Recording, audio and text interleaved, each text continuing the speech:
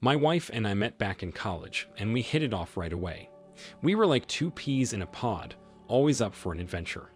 After graduation, we tied the knot and started building our dream life together.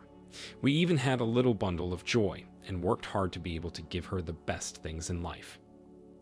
Fast forward a few years, and things are going well for us. We have a beautiful home, great friends, and we both have amazing jobs. It's a picture-perfect life. On top of that, according to our daughter's teacher, she has a natural talent for the piano. The decision to foster her love of music was easy, so we looked into hiring an after-school piano instructor for her. One of my neighbors recommended a guy that he used to teach his son how to play the guitar, so we hired him. He's a young man, a recent graduate from music school, just looking for a way to pay his bills. I actually kind of liked him. He seemed like a nice guy. My wife only worked part-time, so she was home during the lessons a lot of the time. He came by every Monday and Wednesday to teach her. By the time I got in, he was usually wrapping things up and getting ready to leave. After a few weeks of him working for us, I started noticing some changes in my wife. She became distant, her smiles seemed forced, and something just felt off. At first, I figured it was work stress messing with my head, but when it continued, I started to worry. The first real clue about something going on came when I saw her get a text message from the piano instructor. She quickly picked her phone up, tilted it away from me while she read it, and walked out of the room. That didn't seem like a good sign at all. Instead of jumping to conclusions and accusing her of something, I turned into a bit of a detective. I needed to see how she interacted with him, so I started coming home earlier in the day. I started picking up on some shady vibes, long conversations that seemed a little too cozy, and a lot of glances at each other. Their body language was more intimate than it should have been too. My gut told me that there was something more going on. I needed to gather the evidence to prove it. I bought some tiny security cameras, and when my wife was out grocery shopping, I installed them in some prime places. One in the living room overlooking the piano, one in the kitchen, and one in our bedroom. It didn't take long for them to have been put to good use. At the end of the first week they were installed, I checked the footage. As clear as day, my wife watched the instructor come in and start teaching my daughter for an hour. She then sent her to her room to play, telling her the lesson was over before she led the instructor into the kitchen. They kissed and embraced and did many other things while they thought they were completely alone. That was all I needed to see. Divorce was imminent for us. It was the last thing I wanted, but I couldn't accept that behavior and pretend like nothing happened. I was hurt, angry, and confused by her actions. Maybe I shouldn't have done the next part, but I needed to get some kind of revenge on her. We had a dinner planned with some of our friends and neighbors. It was going to be a big thing. All of the kids would be next door with a sitter, and we adults were going to have a few drinks and unwind. I thought it was the perfect time to share what I'd found out about my wife. Before the night of the dinner, I made sure to invite our piano instructor. He tried to decline, but I insisted he come. He eventually accepted the invite when he thought he might get a few new clients. During the dinner, while the spirits were high, I stood up and made a toast. I turned to my wife and told her how glad I was to have found out who she really was. I said that being married to her for 20-something more years would have been torture. She looked hurt and confused. Then I explained that I didn't want to be married to a cheater. The room was silent, and she looked at me as if she had no idea what I was talking about. So I elaborated and told everyone about the affair she had with the piano instructor. I pulled the video up on my phone and held it out for everyone to see. Everyone in the room was shocked and stared at me as if I had two heads. It didn't take long for people to take their leave, and my wife and I were left alone in our house. She asked me how I knew, and I explained it all. She told me that it had just happened, and she never meant for it to go as far as it did, then begged me for a second chance. I just told her that I meant what I said and informed her to keep an eye out for divorce papers. The neighbor that recommended the instructor to me called me a few days later and apologized. He'd apparently felt partially responsible for what happened. He told me that he fired him and called a few other people he referred to him and explained the story. He expected that he would lose those jobs too. In an effort to keep things calm and normal for our kid, I'm letting my wife keep the house, though she still has hundreds of thousands of dollars in payments left to make on her own without any spousal support. We have come to an agreement for custody, and we're going to try to be as cordial as possible for our daughter's sake. OP, it's such a shame that you had to go through this. You hired someone to help your daughter learn a new skill that she enjoyed, and your wife ruined that. She saw an opportunity to betray you, and she took it without hesitation. On top of that, she deprived her own daughter of a proper musical education by spending time with him. You did the right thing by trusting your gut and pursuing information on your own. I doubt she would have confessed to her wrongdoings otherwise. I just hope that you and your ex can successfully co-parent your daughter as you're attempting to. I wish you well, and I hope you can move forward and trust another partner again in the future. Now, let's move on to our next story. Me, 39 male, and my wife, 39 female, have been married for 12 years. We met at work, and after developing a solid friendship, we decided to take our relationship further. Once we were dating, we never looked back. Our lives fit together perfectly. She truly felt like the missing puzzle piece in my life. We married, had 2 kids, bought a house, and adopted a puppy. She ended up resigning so she could stay home with the kids after I got a big promotion that more than made up for the loss of her income. With that promotion came late nights at the office and business trips out of town. She and I both thought that my occasional absence from home was worth it in the long run because we didn't want to be one of the couples that has to hire a nanny to raise our kids. Everything was going great until my wife slipped and fell at a grocery store. Some careless employee didn't put a sign up after they mopped, so she injured herself. The fall was mostly mild, but she was left with some lingering back pain. I did what I could to help her. I didn't mind giving her a back rub when she was sore, and I'd help her whenever possible.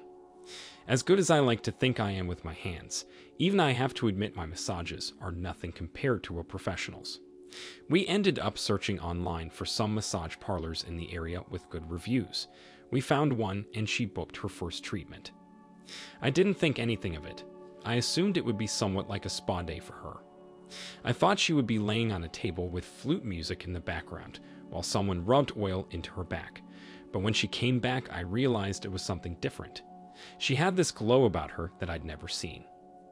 She told me about how light she felt and how amazing it was. Later that night, we even had sex for the first time, since she'd fallen because she wasn't in pain. At first, I almost wanted to send the masseuse a muffin basket or something for helping her. I paid for a 2-month-long service, where she was scheduled to get another massage once a week. I was just happy that she wouldn't be in pain anymore. The next lesson came, and she had the same glow she did when she got home. I asked her about how it was, but she didn't give as many details. She shrugged her shoulders and told me it was about the same. Not gonna lie, I was a little excited, thinking I might get to spend some intimate time with her later that night. When we got in bed, she just rolled right over and went to sleep. I didn't let it bother me, and I did the same.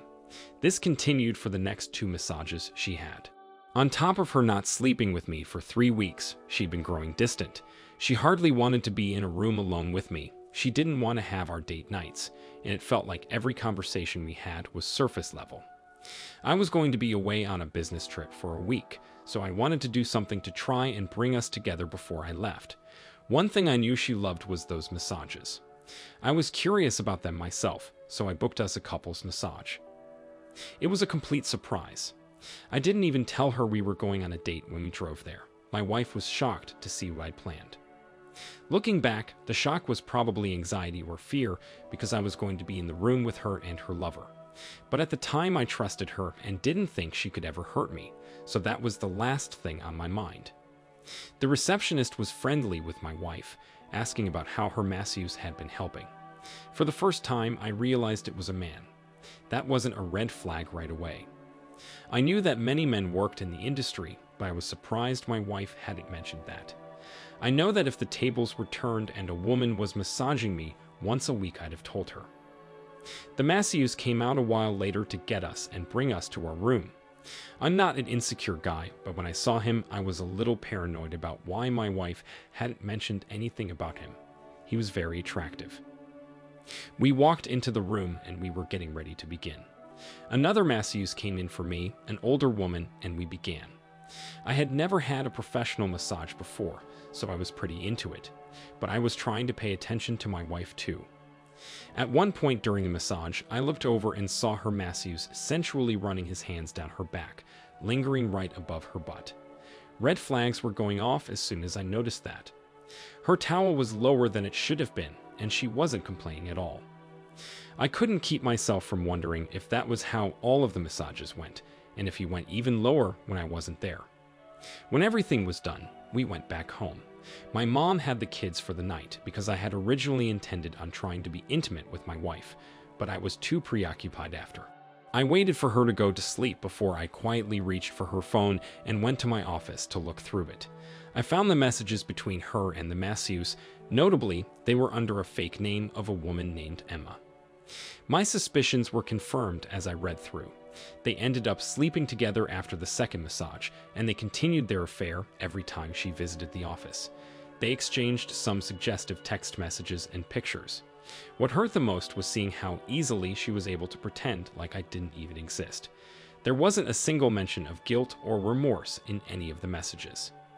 I sent myself some screenshots of the messages and started packing my things to leave for my business trip. I would have a week to figure out what I was going to do from there. I left in the morning and pretended like everything was fine. While I was away, I thought about all of my options. I refused to stay with someone who cheated on me. I firmly believe that there is no changing a person like that. Divorce was my only option. With the screenshots I grabbed from my wife's phone, I could prove that she had violated our prenuptial agreement, so I knew I would pretty much get everything in the divorce. After some thinking, I decided the best thing for me to do would be to really ham it up and catch her in the act. I knew that would embarrass her, and that would give me the grounds to get the masseuse fired. From what I read in their messages, they had been having sex in the room she was supposed to be getting her massages. When I got back, the first day that my wife was scheduled to go in for her treatment, I made my way over. I waved at the receptionist as I casually walked by her.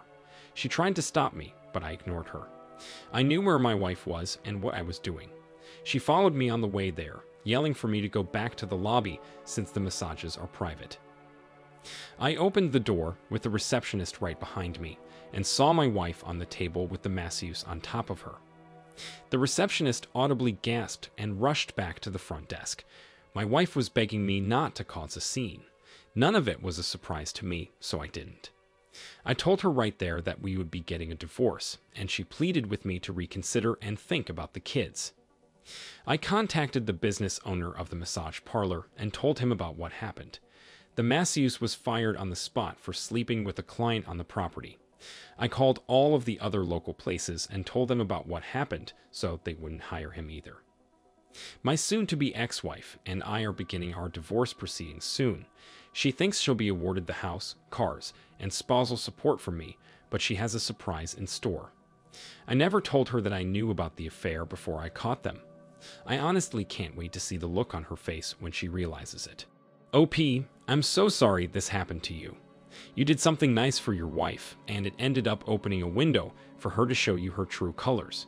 It's such a shame that she would throw away 12 years and a happy family for a brief affair with the masseuse. From what it sounds like, she is trying to be vindictive in the divorce hearings. I really hope that you are favored when you provide the evidence you have of the affair. I wish you well in the divorce hearings, and I hope you don't let this keep you from being happy in the future. Thank you all for taking the time to listen to today's stories. If you enjoyed listening, please feel free to like and subscribe if you haven't already. Also, comment below with your thoughts on what happened. If there is a story you would like to share with me about your own situation or someone else's, then please do not hesitate to contact me. Take care.